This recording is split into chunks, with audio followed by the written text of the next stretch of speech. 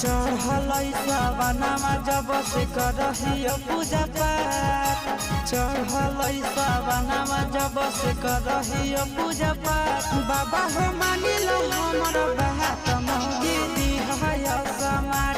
बाबा हो मानिल हमर बात मौगी दिहय समाट। ए बाबा पहले सोमारी से जलवा ढारे के कर दिली है सटार।